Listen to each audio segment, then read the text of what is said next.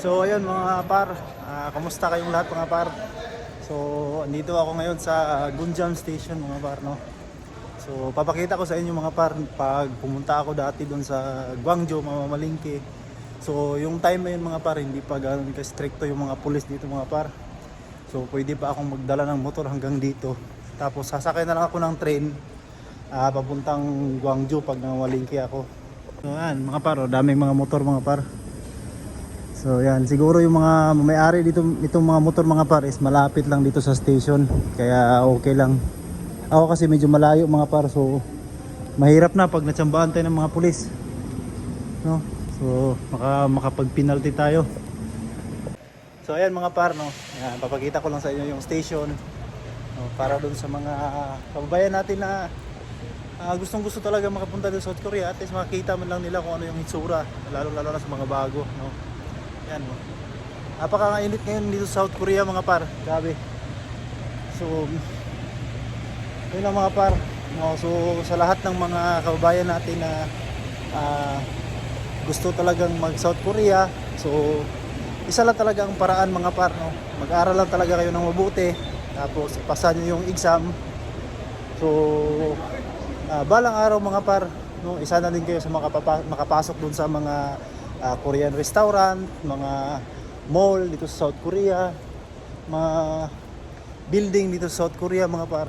So dati kasi mga par, puro ano lang ako puro nanonood lang ako din sa mga kung ano yung mga pwede kong madatnan dito sa South Korea, mga building, ano yung mga hitsura, ganon. Kasi napakalayo talaga yung mga establishment dito sa South Korea mga par kumpara sa Pilipinas. Napakaganda ang South Korea mga par. So isa lang talaga ang paraan mga par na para makapunta kayo sa South Korea, no. Mag-aral lang talaga kayo ng mabuti.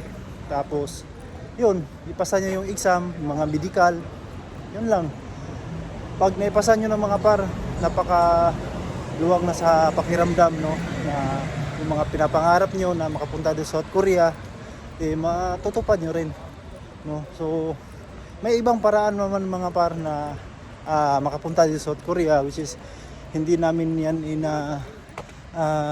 na-advise kasi nga mahirap maging mag-illegal na papasok ka dito sa South Korea mga par. So kailan lang may kaibigan tayo na nahuli, no, pinasok yung pinagtatrabahuan nila. So napakahirap mga par pag ganun ang mangyari. Kasi alam naman natin na may mga bansa talaga na hindi ganun ka-stricto. Dito naman sa South Korea mga par, hindi ganun sila ka-stricto. Siguro may nagre-report lang, kaya yun, pinasok yung trabaho, pinagtatrabahuan nila. So kaya hindi namin nire-recommend mga par, kahit yung mga ibang nag-vlog dito sa South Korea, hindi namin nire-recommend na ganun. Talagang mas maganda pa rin kung dadaan tayo sa tamang proseso mga par, para yung pagtatrabaho natin dito sa ibang bansa ay hindi tayo kinakabahan lagi pag lumalabas tayo.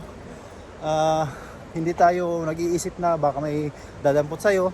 So yan, papakita ko lang sa inyo mga par, no.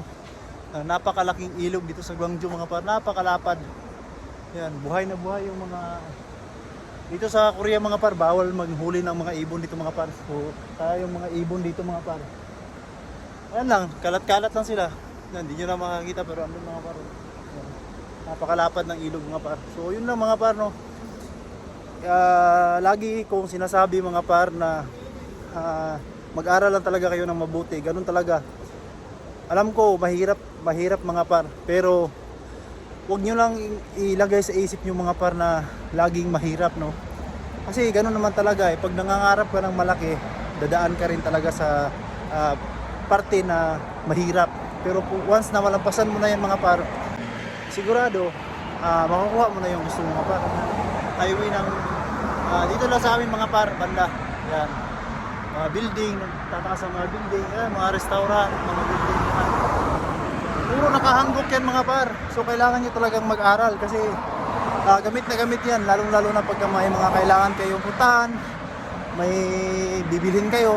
So lahat yan nakahanggok. Napapansin nyo mga par, lahat yan nakahanggok, walang English yan mga par. So yun lang mga par. para mas maganda yung pagkatrabaho nyo sa South Korea, maganda yung pag titira nyo dito sa South Korea. So, kailangan mag-aaral kayo ng mabuti para hindi kayo masyadong mahirapan. So yun lang mga par, no? So pupunta lang pala ako ngayon dito sa malapit lang to sa amin mga par, parang merkado sa atin. So pupunta lang ako kasi papalitan ko lang yung mga screen protector tsaka yung sa screen protector ng camera ko ng cellphone kasi lagi nababagsak. Oh, so yun lang mga par, maraming salamat at sana hindi pa rin kayo nakakalimot sa akin, no? So yun mga par, God bless.